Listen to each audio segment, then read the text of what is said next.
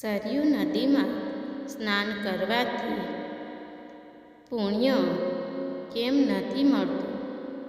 સરયુ નદીનું નામ તો તમે બધાએ સાંભળ્યું જ હશે. સરયુ નદી ઉત્તર પ્રદેશમાં અયોધ્યામાંથી વહે છે. અયોધ્યા ભગવાન શ્રી રામની જન્મભૂમિ છે.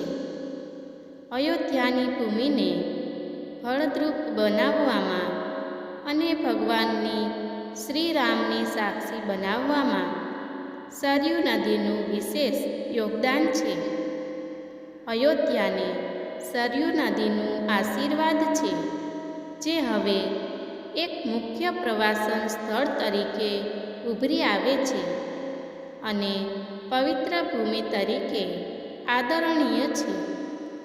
આ નદી હિમાલયમાંથી નીકળે છે અને ઉત્તર પ્રદેશ અને ઉત્તરાખંડ રાજ્યમાંથી વહે છે. પરંતુ શું તમે જાણો છો કે આ નદી શ્રાપિત છે અને અહીં સ્નાન કરવાથી લોકોના પાપ તો નષ્ટ થઈ જાય છે, પરંતુ તેમને કોઈ પુણ્ય નથી મળતું. જળ સમાધિ લઈને પોતાના જીવનનો અંત આણ્યો.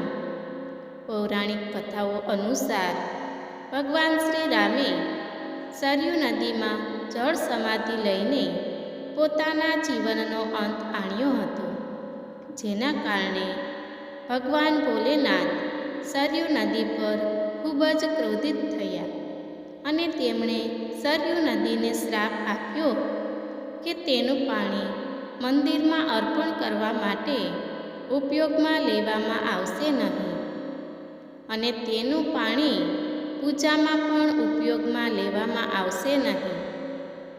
પ્રાર્થના અને પૂજામાં સામેલ કરવામાં આવતું નથી. આ પછી માતા સરયુ ભગવાન ભોલેનાથના ચરણોમાં પડ્યા અને કહેવા લાગ્યા કે પ્રભુ, આમાં મારો શું વાંક? આ કાયદાનો નિયમ હતો જે પહેલાંથી જ નક્કી કરવામાં આવ્યો હતો.